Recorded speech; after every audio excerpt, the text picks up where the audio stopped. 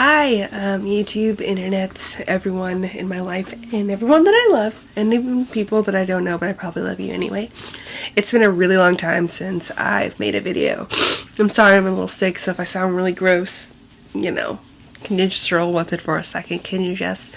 I'm making this video, I think, half for me to express something, and just because I feel like this is like real life, and I think that YouTube is a good place to share real life. Okay, let's start.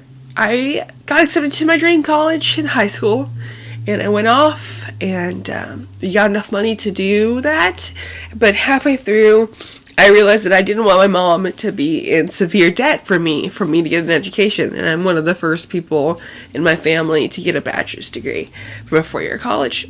People have degrees in my family, but just not like a full bachelor's degree. So she's dedicated the last 4 years of her life to try to help me do that.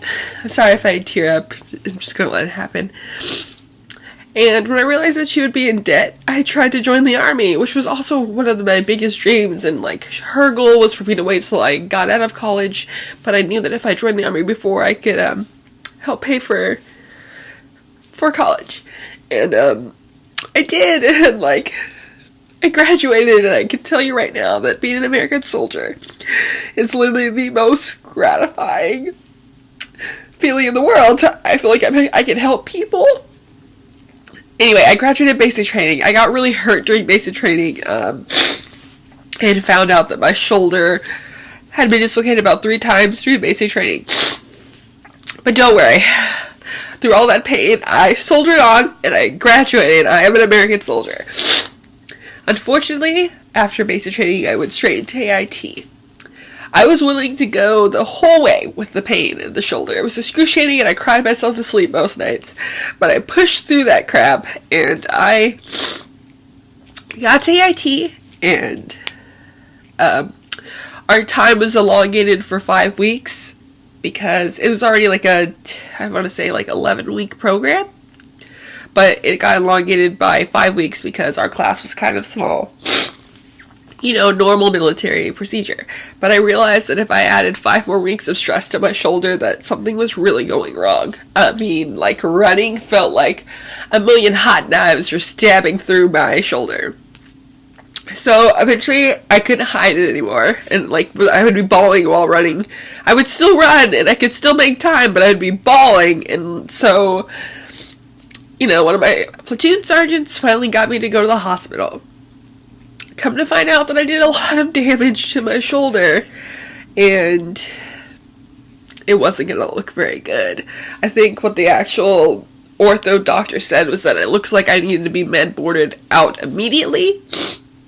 But instead of that, because I really wanted to stay in, I tried my best. I said, I'll just stay. It's okay. I'll get treated when I go home. And they were like, no, you could really, mess up your shoulder. You might not be able to hold your kids one day. It's really bad. And I was like, please just let me stay. That didn't happen. I don't know if I should thank them or not. It just didn't happen. So they put me in a sling. And one night, we just, how things happen. We got in trouble for something as a company. And we were told to, disperse in 3 seconds. Well, the platoon sergeant forgot that I was in a sling, so I tried to back up away from everyone, because, it's chaos. We're doing what we're told, we're getting out of the way. I blame no one. It was an accident. Accidents happen. On top of the fact that I was already in a sling and already being recommended to leave, I don't remember the accident. I remember getting off the ground and trying to keep myself together and trying not to cry.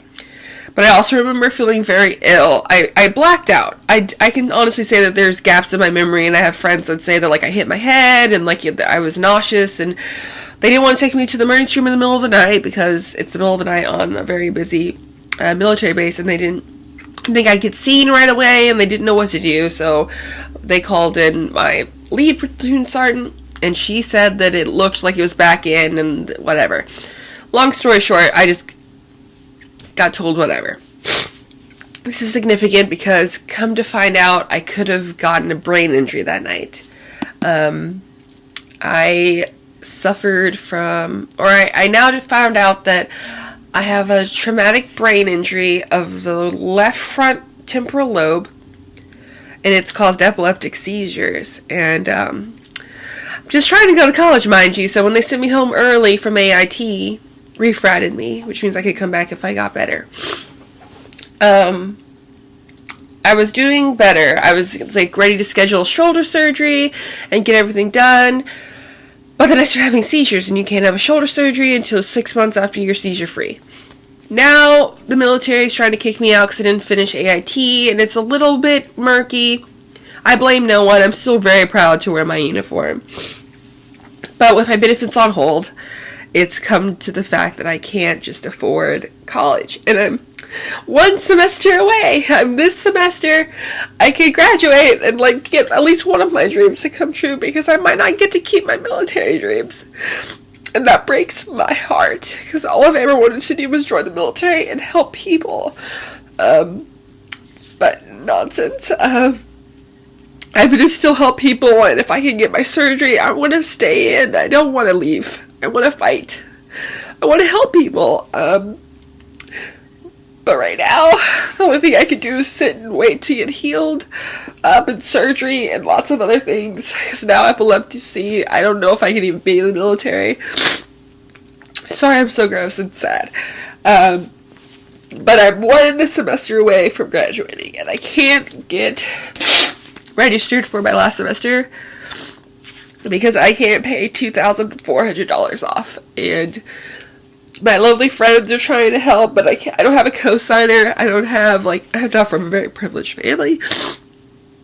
I am very privileged in life, but I don't come from a very privileged family, so no one can co-sign for me.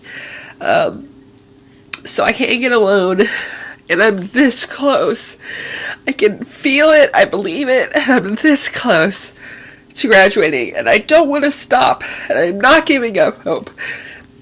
But I wanted to let the YouTube universe know I'm putting positivity out there, and I'm hoping that you do too. Because when bad things happen to good people, don't give up hope. There's still things going on. Like my friend started a GoFundMe page, and in like a day and a half raised $250. That's obviously 1/10 of what I need. I don't know math. But it's something, and it means the world to me that people care so much about me and me accomplishing my dreams. So I wanted to put out there that, one, if you could give anything to me, that would be lovely. I'll link my GoFundMe page on here and in the description. And two, never stop dreaming, because we can make a difference in this world. You don't have to come from money. You don't have to just luck out. Like, you can fight for your right to live your dreams. This is America.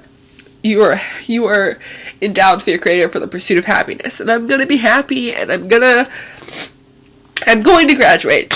And so what I'm trying to tell you is that when things look down, don't give up. Don't get depressed. Crying can be cathartic. But you can't know the good things without the bad. So never stop striving for what you want. Dreams will come true. I learned this lesson from Charles Trippey and Taylor Swift, and just like the more idols I have in the world out there that just tell me, they give me the spirit to keep going. So my seizures in this are not going to end my dreams. So don't let anything in your life end yours. There's always if there's a will, there's a way. Thank you for following me and watching this video, and if you could help me, that'd be great. And if you just needed the advice yourself, please take it. I'm just trying to help others, because I know I can feel helpless sometimes. So thank you for watching. Thank you for letting me get that out there. Never stop dreaming, okay?